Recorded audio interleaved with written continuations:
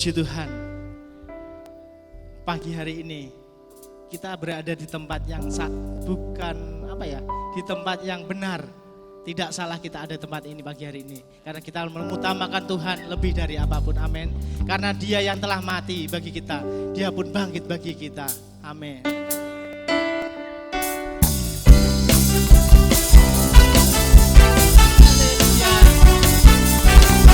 Pujian terbaik bagi Tuhan kita.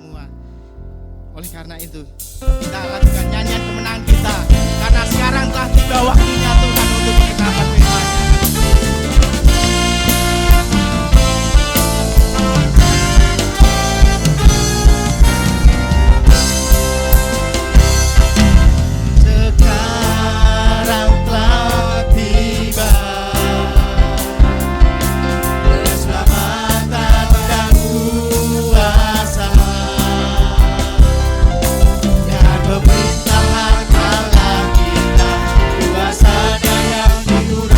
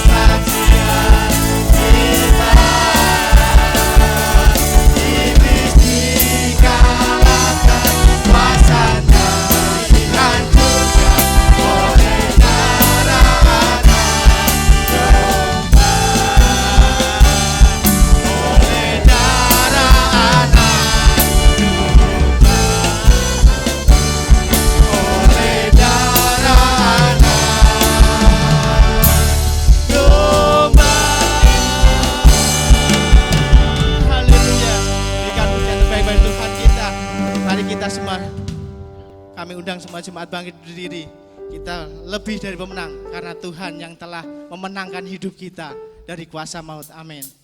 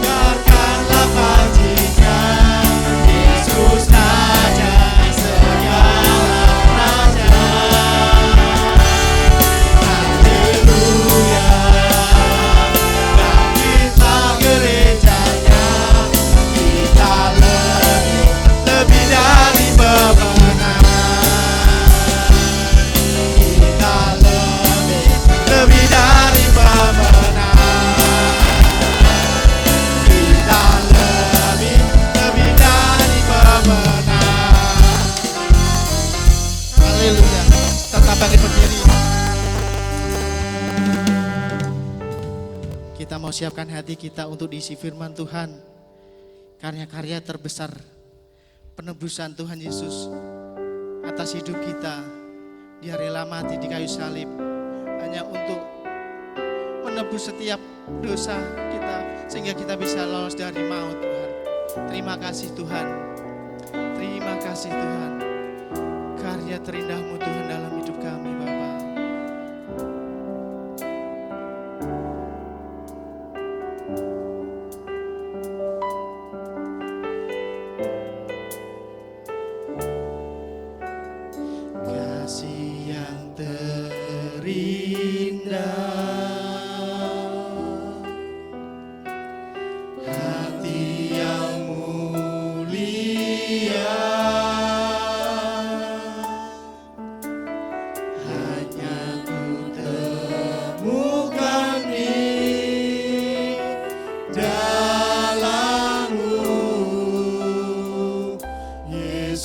Pujian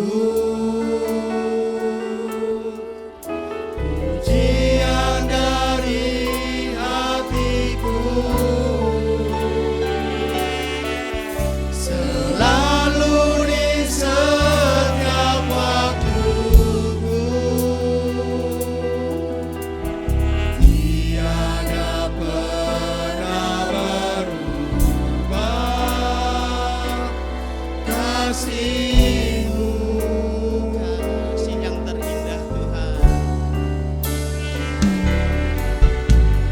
kasih yang terindah, hati yang mulia,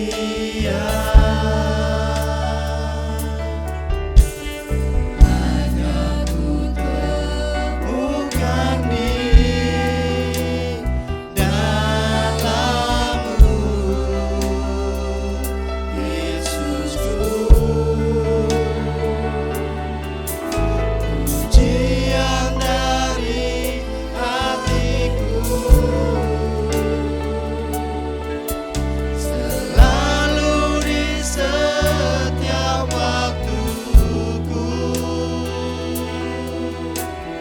tiada pernah berubah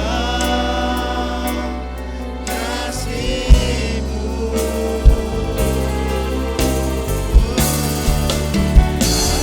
Terbesar dalam hidupku, pengorbanan-Mu yang selamatkanku, adalah harta yang tak ternilai yang ku miliki dan ku hargai. Yesus, Engkau ku kagumi, karya terbesar,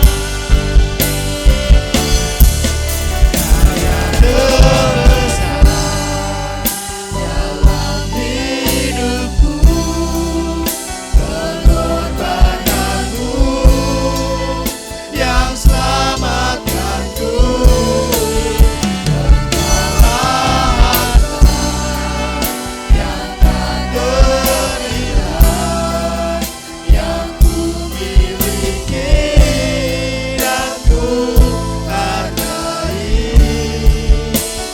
Yesus, Engkau ku kagumi.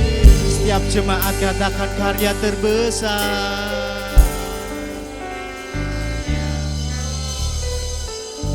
Amin Tuhan. Ini pengakuan kami Bapa.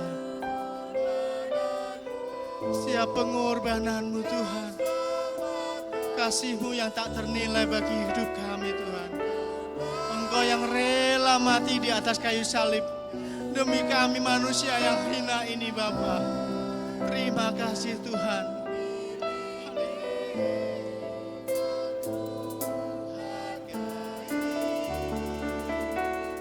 Yesus,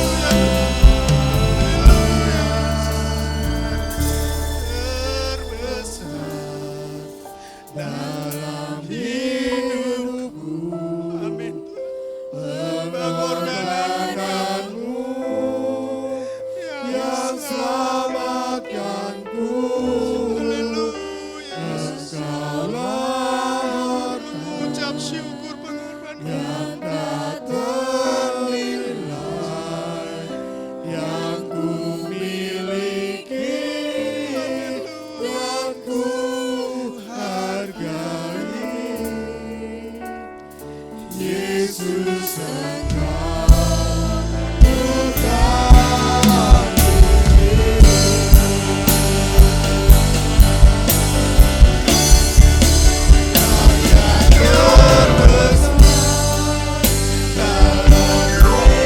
dengan hormat Bapak Daniel Hindarto berdoa untuk firman Tuhan.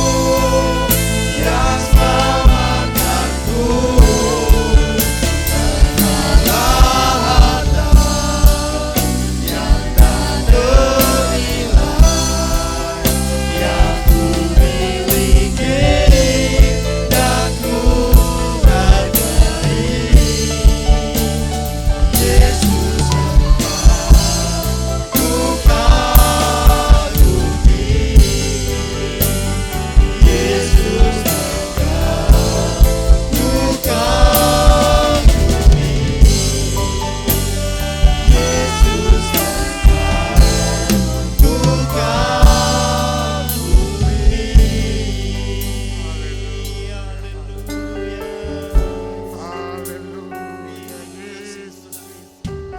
Kami mengucap syukur Tuhan, terima kasih. Engkau sungguh baik Tuhan, Engkaulah Allah yang ajaib.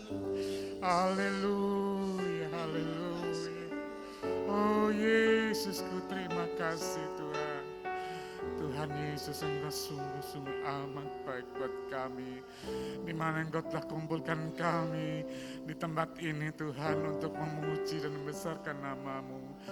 Biarlah kiranya Tuhan, oh Yesus, puji-pujian yang kami naikkan boleh berbau harum di hadapan-Mu Bapa. Terima kasih Yesus, terima kasih. Orea siapa tak sekali. Haleluya, haleluya.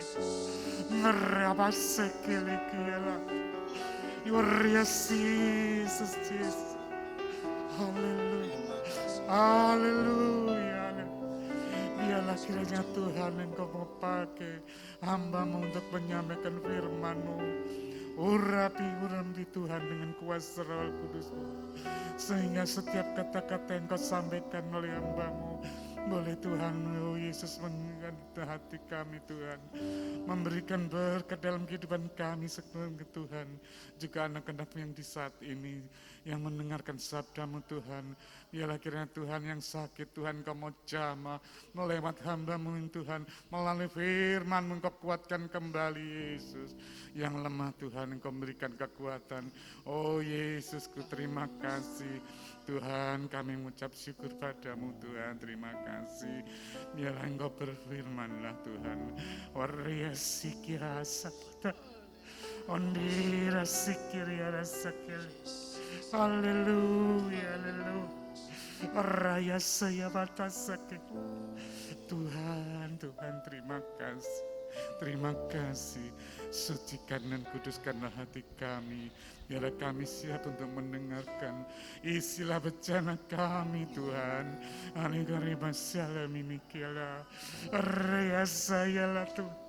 Area sekir. Area sakala. Yesus, terima kasih, terima kasih. Ialah salim ini. Andai ramana sakalia. Kami mengucap syukur padamu Tuhan. Engkau hadir di saat ini Tuhan. Engkau ada di tengah-tengah kami. Biarlah Engkau mengurapi kami yang mendengarkan firman-Mu Tuhan. Biarlah hamba mumpung pakai. Biarlah di dalam nama Tuhan Yesus Kristus kami mengucap syukur padamu Tuhan. Nah, mari kita masuk dalam kebenaran firman Tuhan. Saya cepat saja melanjutkan apa yang disampaikan di pagi tadi dalam surat Paulus kepada jemaat di Efesus. Efesus pasal 4 ayat yang ke-27. Efesus pasal 4 ayat yang ke-27. Kita baca bersama-sama di dalam nama Tuhan Yesus Kristus. 2, 3. Dan janganlah beri kesempatan kepada iblis. Ya, puji Tuhan, terima kasih buat kerjasamanya dan silakan duduk. Saudara, Paulus kita tahu, kita belajar beberapa minggu ini berkaitan dengan surat Paulus kepada jemaat di Efesus. Dan kita tahu surat ini nuansa kentalnya adalah peperangan dengan kuasa kegelapan. Dari awal Paulus sudah coba memberikan kekuatan kepada jemaat di Efesus bahwa kita punya Tuhan yang hebat kuasanya bagi dia yang percaya. Efesus 1 ayat 19. Nah, jangan takut. Nah, seringkali kita dibodohi oleh kuasa-kuasa kegelapan ya. Salah satu contoh misalnya tadi pagi saya katakan seringkali kita nonton film horor terus takut gitu ya. Saya kalau suruh bayar film horor tidak mau, udah bayar diweden-wedenin, ngapain? Ya kita mau nonton kan refreshing. Nah saudara seringkali seperti itu. Jadi kalau saudara lihat di Alkitab kebenarannya adalah iblis sebenarnya takut berjumpa dengan Yesus. Setiap kali berjumpa dengan Yesus memohon belas kasihan. Tolong jangan ini, tolong keluarkan saya ini dan sebagainya. Selalu seperti itu. Dan puncaknya ketika Yesus mati di atas kayu salib, maka kuasa iblis sudah dipatahkan. Amin. Dan kita bagi orang-orang percaya nggak usah takut. Makanya Paulus nasihatkan kepada anak Timotiusnya, Tuhan tidak memberikan kepada kita roh ketakutan, tapi roh yang membangkitkan kekuatan, kasih, dan ketertiban. Nah, saudara, Paulus dalam suratnya ini juga memberikan nasihat kepada jemaat supaya mereka jangan memberi celah kepada iblis. Dan kita tahu kemarin bagaimana kita memberi celah kepada iblis, lewat pikiran, lewat hati. Nah makanya penting saudara untuk kita menjaga kebersihan hati, satu. Kemudian menjaga apa? Kerendah hatian. Kemudian yang ketiga menjaga apa? Kehausan hati. Jadi supaya tidak ada iblis gunakan hati kita menjadi tong sampah. Dibuang segala kotoran-kotoran, iri hati, dengki hati, sakit hati, tawar hati. Dan kemarin ada masukan dari Bu Toto, kakuati katanya tambah. Ya, kakuati. Ya bagus, ada artinya ya. Jadi saudara yang dikasih Tuhan, nah seringkali itu yang menjadi masalah bagi kebanyakan anak-anak Tuhan, seringkali iblis buang kotoran itu. Jadi hati kita dijadikan tempat sampah, lama-lama sakit hati kita, nggak sehat. Sehingga apa? Banyak anak Tuhan hidup dalam kepahitan, pahit hatinya, tawar hati, ya kecut hati dan sebagainya. Ya, jadi saudara yang dikasih Tuhan, kita harus pastikan hati kita selalu dibersihkan setiap saat. Amin. Supaya iblis tidak masuk di dalam hidup kita. Nah, yang kedua yang saya ingin bahas lanjutkan yaitu berkaitan dengan kerendahan hati. Kerendah hatian. Nah, coba saya ulang sedikit apa yang disampaikan pagi secara cepat. Rendah hati. Nah, saudara, kenapa kita harus mempunyai kerendah hatian? Rupa-rupanya rendah hati ini sangat dibenci oleh iblis. Kita tahu Lucifer, ya itu iblis itu ya. Lucifer dulu malaikat, ya malaikat untuk memimpin pujian dan sebagainya, tetapi Lucifer ini pengen sama seperti Allah. Sombong. Ya mentang-mentang dia yang memimpin pujian di sorga, ribuan malaikat dipimpin dan dia merasa, wah saya ingin menjadi seperti Allah, sombong. Akhirnya Allah buang dia di bumi dan itu jadi iblis. Pertama kali sombong, iblis membawa kesombongan. Nah, manusia jatuh di dalam dosa. Pertama kali juga apa? Dosa kesombongan. Iblis bagaimana membujuk Hawa, kamu kalau makan buah ini kamu akan menjadi sama seperti Allah. Ya, dosa kesombongan itu selalu dibawa. Makanya next ya. Agustinus, bapak gereja kita, saudara, dia katakan bahwa kesombongan adalah akar dari segala kejahatan.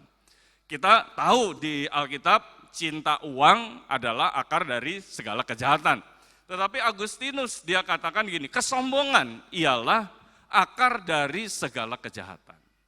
Nah, makanya di dalam 1 Petrus pasal 5, kalau saudara lihat, di situ kan ada nasihat Petrus di ayat 8, sadarlah dan berjaga-jagalah, iblis berjalan berkeliling mencari orang yang siap untuk ditelannya. Ya. Nah, sebelumnya Petrus menasihatkan untuk kita merendahkan hati. Coba lihat, di dalam 1 Petrus pasal 5, ayat yang ke-5, demikian jugalah kamu hai orang-orang muda, tunduklah kepada orang-orang yang tua. Dan kamu semua, ini bukan termasuk hanya orang-orang muda saja, tetapi juga orang tua. Dan kamu semua, rendahkanlah dirimu seorang terhadap yang lain. Sebab Allah menentang orang yang congkak, tetapi mengasihani orang yang rendah hati. Dan terus diselingi di ayat 6, 7, 6 juga bicara tentang kerendahan hati. Di ayat 7 diselingi, di ayat 8, sadarlah dan berjaga-jagalah. Lawanmu si iblis berjalan keliling sama seperti singa yang mengaum-ngaum dan mencari orang yang dapat ditelannya. Artinya, kalau saudara tidak rendah hati, iblis masuk celah itu. Untuk apa? Menjatuhkan iman percaya kita kepada Tuhan. Makanya Petrus tahu betul, dinasihatkan dulu tentang kerendahan hati. Rendahkanlah hatimu. Allah mengasihani orang yang rendah hati tetapi menentang orang yang congkak. Nah, saudara, dari tadi kita bicara tentang rendah hati, ya, lawan dari iblis dan sebagainya. Nah, untuk kita bisa mengerti dan belajar bagaimana kita rendah hati, saudara harus tahu definisi dari rendah hati. Apa sih definisi dari rendah hati? Apa sih artinya rendah hati? Nah, saudara, ada beberapa pendapat dari salah satunya David Brooks. Ya. David Brooks ini penulis di satu majalah terkenal di Amerika yaitu New York Times. Nah, saudara, next terus. Oke, kita lewatin ini ya. Ada itu dibahas di pagi. Nah, coba definisi tentang rendah hati. Ini kurang jelas di sini. Saya baca ya. Humility is not thinking lowly of yourself, but thinking accurately about yourself. Jadi bicara tentang humility, kerendahan hati, itu bukan bicara seberapa rendahnya kita di hadapan orang, bukan, tetapi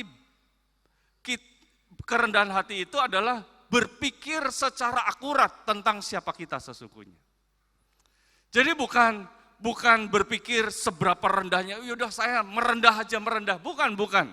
Tetapi seberapa akuratnya kita berpikir tentang diri kita sendiri. Itu penting Pak Ibu, David Brooks. Nah kemudian juga Lewis, dia katakan C.S. Lewis, humility is not thinking less of yourself, it's thinking of yourself less. Artinya gini, kerendahan hati itu bukan berpikir diri kita ini kurang di hadapan orang lain dan sebagainya, bukan. Tetapi humility, kerendahan hati itu adalah kurang memikirkan diri kita sendiri. Nah itu, Lewis katakan. Nah jadi saudara yang dikasih Tuhan, kita perlu tahu apa sih definisi dari rendah hati. Nah ditutup dengan definisi menurut Alkitab. Nah coba lihat, nanti ada paralel dengan pendapat dari tadi David Brooks maupun Lewis. Dikatakan gini, rendah hati menurut Alkitab, 1, Bilangan 12 ayat 3. Saya ulas sekilas ya. Bilangan 12 ayat 3, saudara, dikatakan, adapun Musa ialah seorang yang sangat lembut hatinya, lebih dari setiap manusia yang di atas muka bumi. Dalam terjemahan bahasa Indonesia sehari-hari, Musa adalah orang yang rendah hati. Dan tidak ada manusia yang serendah hati Musa. Tidak ada di atas muka bumi ini. Jadi ditulis kata rendah hati. Nah saudara, masalahnya adalah kitab Bilangan ini yang menulis siapa? Musa. Yang menulis Musa. Musa menulis kitab Taurat dan beberapa Mazmur. Ya, ada Kejadian, kitab Taurat, kemudian Keluaran, Imamat, Bilangan, dan Ulangan. Siapa yang menulis? Musa. Dan dalam tulisannya memang diilhamkan oleh Roh Kudus, tetapi dia katakan Musa adalah seorang yang rendah hati, paling rendah hati di atas muka bumi. Dia tahu identitasnya. Makanya David Brooks bilang soal humility, kerendahan hati, itu adalah bagaimana kita berpikir secara akurat siapa diri kita di hadapan Tuhan. Ya, penting ini. Nah, coba lihat di dalam Yohanes 13. Ayat 23, Yohanes menyebut dirinya murid yang dikasihi oleh Tuhan. Siapa yang nulis Injil Yohanes? Yohanes sendiri, saudara. Ya, tidak ada frase murid yang dikasihi itu dalam Injil Matius, Markus, Lukas tidak ada. Tetapi itu muncul di dalam Injil Yohanes. Siapa yang nulis Yohanes? Yohanes sendiri. Dan dia tulis dirinya bukan namanya, tetapi murid yang dikasihani. Yang nulis Yohanes sendiri. Dia tahu identitas dia, dia tahu siapa dirinya secara akurat di hadapan Tuhan. Dia adalah murid yang dikasihi oleh Tuhan. Nah, begitu juga dengan Yesus. Dia katakan di dalam Matius 11 ayat 29, ini perkataan Yesus sendiri, belajarlah padaku karena aku lemah lembut dan rendah hati. Saudara, Yesus sendiri yang mengatakan, belajarlah daripadaku karena aku lemah lembut dan rendah hati. Jadi orang yang rendah hati adalah orang yang tahu siapa dirinya sesungguhnya di hadapan Tuhan. Saudara, ini penting untuk kita ketahui, siapa identitas kita di hadapan Tuhan. Sesungguhnya diri kita ini siapa? Itu penting, karena gini, ketika orang memuji kita, ketika kita sukses, ketika kita diberkati oleh Tuhan, kita tahu siapa diri kita di hadapan Tuhan secara akurat. Oh, saya ini tidak ada apa-apanya, semua kesuksesan, semua keberhasilan ini karena Tuhan. Gitu loh saudara. Kalau ada orang yang kritik kita, ada orang yang mungkin nasihatin kita, kritik kita dan sebagainya, saudara tidak akan sakit hati, saudara tidak akan tersinggung. Kenapa? Karena saudara, kita ini tahu identitas kita di hadapan Tuhan, engkau berharga di mata Tuhan. Selesai. Amin. Amin Pak Ibu. Kalau kita dikritik orang, kita marah, kita tersinggung dan sebagainya, saudara, justru itu kita sedang jatuh dalam dosa kesombongan. Wah, orang tidak hargai kita dan sebagainya. Saudara, ada pribadi yang menghargai saudara. Kalau saudara tahu identitas kita sesungguhnya di hadapan Tuhan. Amin. Nah, penting sekali untuk kita tahu identitas kita. Nah, yang kedua, cepat saja. Bagaimana kita menjadi orang yang rendah hati? Rendah hati menurut Alkitab di dalam Mazmur pasal yang ke-25 ayat 9. Mazmur 25 ayat 9, ia membimbing orang-orang yang rendah hati menurut hukum. Dan ia mengajarkan jalannya kepada orang-orang yang rendah hati. Segala jalan Tuhan adalah kasih setia dan seterusnya ya, bla bla ayat 9 saja. Jadi orang yang rendah hati adalah orang yang mau dibimbing, orang yang rendah hati adalah orang yang mau diajar, orang yang rendah hati adalah orang yang mau dinasehati, dikasih tahu, itu orang yang rendah hati Pak Ibu. Jadi rendah hati menurut Alkitab ya itu, orang yang mau dinasehati, orang yang mau dibimbing, orang yang mau diajar. Di tengah situasi dunia yang sekarang ini serba canggih dan sebagainya, ya sekarang saya lihat di ibu-ibu kota ya, di kota-kota besar, bagaimana anak-anak bertumbuh sudah tidak menghargai orang tua, ya tidak menghormati orang tua, ya lebih nurutin nasihat di handphone daripada nasihat orang tua. Ya orang tua kalau nasihatin, bimbing kuno, ya ketinggalan zaman, ya masuk telinga kanan keluar lagi telinga kiri, ya dan sebagainya. Atau telinga kanan mental lagi saudara, enggak ada nasihat yang masuk, terus dinasehatin. Nah makanya saya katakan sama anak-anak muda seringkali, saudara ini anak-anak muda belum pernah tua, kita nih orang tua sudah pernah muda, itu keunggulannya, ngerti ya? Anak-anak muda ini belum pernah tua kan, kita ini pernah muda, ngerti, wah anak muda itu kalau gini, nah gini. Nah makanya ya anak muda yang enggak pernah tua, dengerinlah nasihat dari orang tua. Amin. Amin. Di Amsal banyak sekali tentang nasihat, dengerin nasihat orang tua dan sebagainya. Nah, saudara nanti bisa baca itu. Jadi orang yang rendah hati adalah orang yang mau diajar, dibimbing, dikasih tahu. Ya, terus aja cepat. Nah, yang ketiga di dalam Mazmur 131 ayat 1 sampai 3. Ini Mazmur Daud. Di dalam ayat 1, Daud bicara tentang dia adalah orang yang rendah hati, orang yang tidak congkak dan sebagainya. Kemudian di ayat 3, Daud bicara tentang bagaimana dia berharap kepada Tuhan. Artinya gini, orang yang rendah hati adalah orang yang tidak pernah berhenti berharap kepada Tuhan. Tidak pernah berhenti berharap kepada Tuhan. Meskipun sudah berapa kali berdoa kepada Tuhan, berapa ribu kali berdoa kepada Tuhan, udah berapa lama kita menunggu jawaban Tuhan dan sebagainya, tetap orang yang rendah hati, kita tetap menunggu dan tetap berharap kepada Tuhan. Amin. Amin, saudara. Di tengah orang-orang di luar sana tidak lagi berharap kepada Tuhan, tidak lagi berharap kepada Yesus, berharap kepada kekuatannya, berharap pada kekayaannya, berharap pada pengalamannya, kepintarannya, dan sebagainya.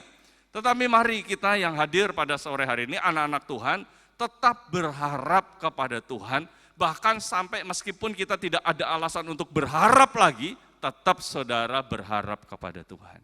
Itulah orang yang rendah hati. Jangan sampai itu dimanfaatkan, iblis masuk celah itu ke dalam kehidupan kita. Udah, kamu ngapain ke gereja lagi? Kamu ngapain doa lagi? Kamu ngapain berharap kepada Tuhan? Udah, buktinya mana Tuhan tidak jawab? Buktinya mana kamu masih mengalami masalah? Buktinya mana kamu belum sukses? Kamu belum berhasil? Kamu belum ini dan sebagainya. Terus iblis akan mengintimidasi, dia cari celah untuk dia masuk di dalam kehidupan kita. Tetapi mari sore hari ini dalam nama Tuhan Yesus, saudara harus terus berharap kepada Tuhan. Jangan pernah berhenti berdoa kepada Tuhan. Amin. Yang keempat, saudara. Nah, di dalam Filipi pasal 2, nah ini yang saya ingin sampaikan, lanjutkan. Di dalam Filipi pasal 2, ayat yang ke-6. Yang walaupun dalam rupa Allah, tidak menganggap kesetaraan dengan Allah itu sebagai milik yang harus dipertahankan. Melainkan telah mengosongkan dirinya sendiri dan mengambil rupa seorang hamba dan menjadi sama dengan manusia. Saudara lihat, Yesus, ini kan Paulus sedang bicara tentang Yesus. Yesus yang sebagai Allah, dia telah mengosongkan dirinya, tidak menganggap kesetaraan dengan Allah itu sesuatu yang harus dipertahankan. Dia lepaskan hak-haknya dia sebagai Allah, dia mengosongkan dirinya, dia datang menjadi rupa seorang budak. Ya, terjemahan yang benar bukan hamba, tapi budak. Ya, dan menjadi sama dengan manusia. Kenapa kok Tuhan tidak datang ke bumi ini dengan sebagai raja? Raja seperti Herodes dan sebagainya. Memang dia raja, tetapi dia lahir di kandang Bethlehem. Kenapa bukan di istana Herodes dan sebagainya? Inilah budak, saudara. Ya, mengosongkan diri, tidak mempertahankan hak-hak dia. Jadi orang yang rendah hati adalah orang yang bersedia melepaskan hak-hak dia untuk kepentingan Tuhan. Amin. Amin, Pak Ibu. Nah, saya ingin berikan 2 contoh orang yang tetap mau mempertahankan hak-hak dia dan mana orang yang tidak mempertahankan hak-hak. Nah, coba lihat dengan 2 menit.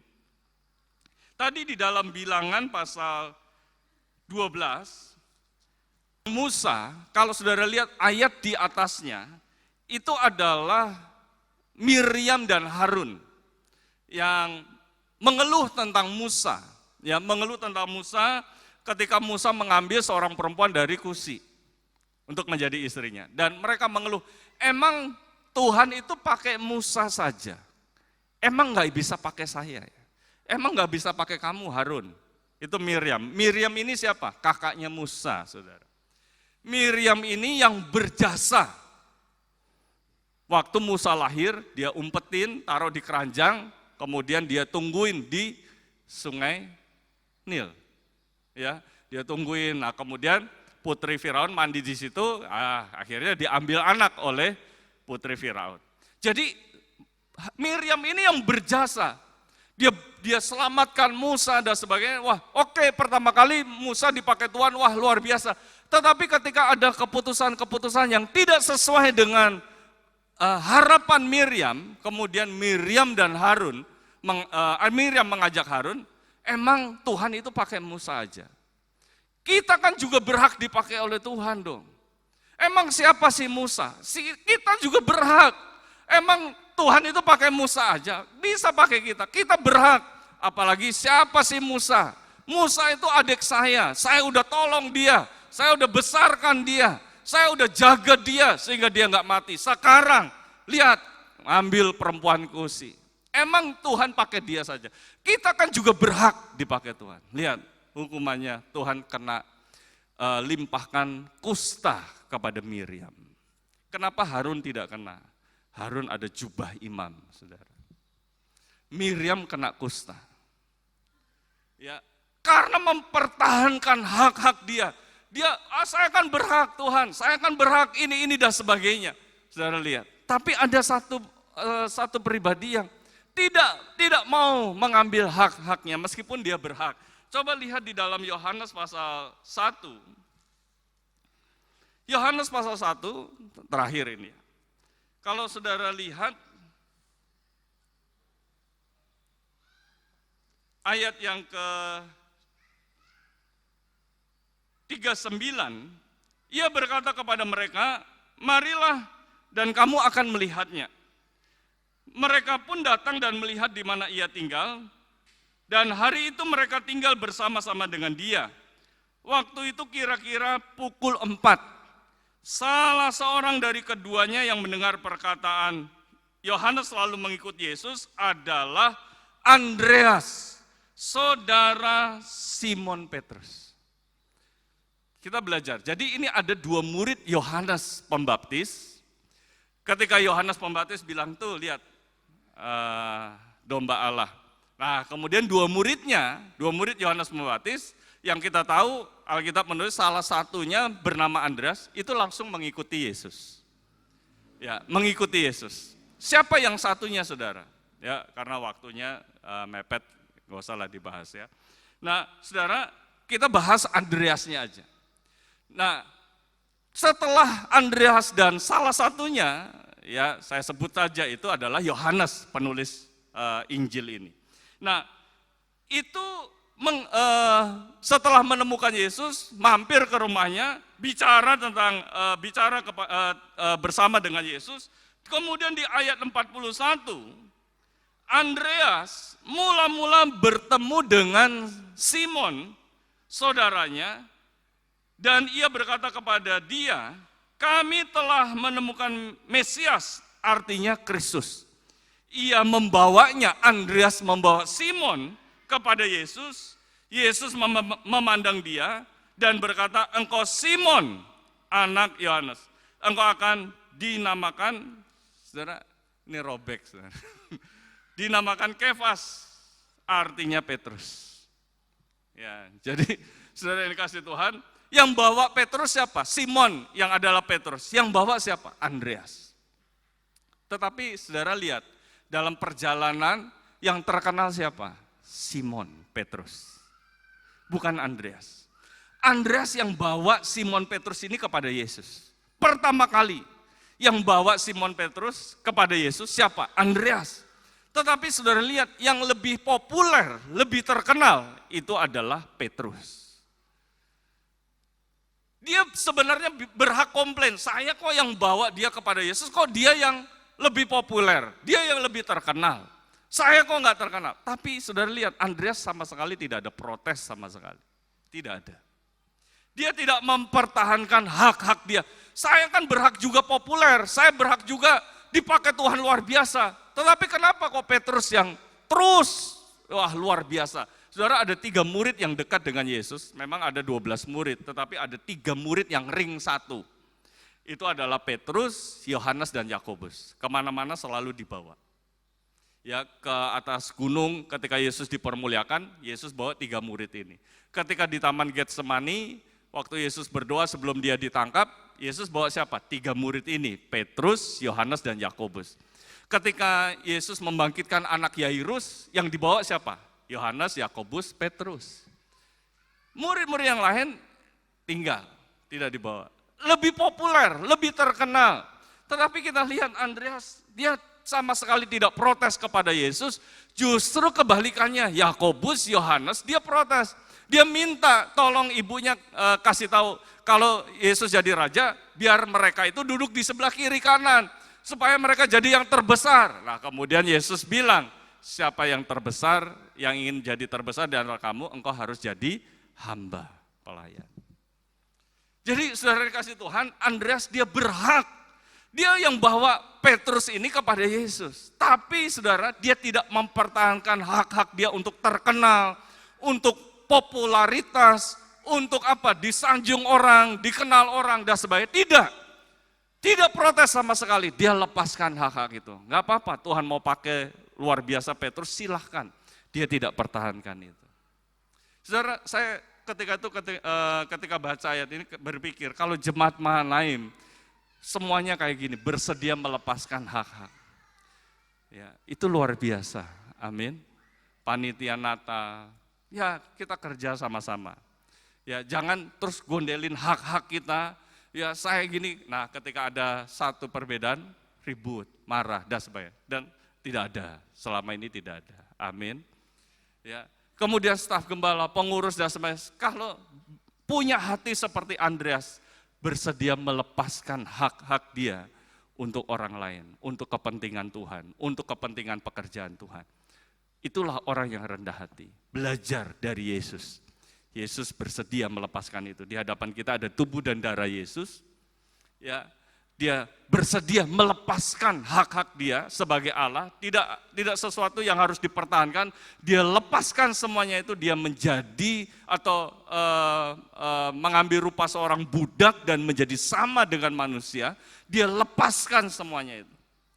Demi apa? Demi mengampuni dosa Bapak, Ibu, dan saya pada sore hari ini. Nah, karena itu mungkin kita ada kepahitan, istri kepahitan sama suami. Coba istri belajar untuk melepaskan hak-hak. Saya berhak sakit hati sama suami saya. Udah bertahun-tahun mungkin suami saya nyakitin saya. Mungkin juga suami berpikir, udah lama istri menyakiti saya. Tetapi mari sore hari ini belajar untuk melepaskan hak-hak kita. Kita berikan pengampunan kepada pasangan kita satu dengan yang lain. Amin. Mungkin ada anak yang sakit hati dengan orang tua, ada orang tua yang sakit hati dengan anak. Saya berhak sakit hati, saya berhak ini dan sebagainya. Mari sore hari ini di hadapan tubuh dan darah Yesus, bersedia lepaskan semua hak-hak itu, saya mau berikan pengampunan kepada mereka. Begitu juga kita saudara-saudara seiman. Amin. Lepaskan hak-hak kita. Kita ampuni saudara-saudara kita seperti Yesus yang mengampuni Bapak, Ibu, dan saya sore hari ini. Saya minta tolong pemain musik.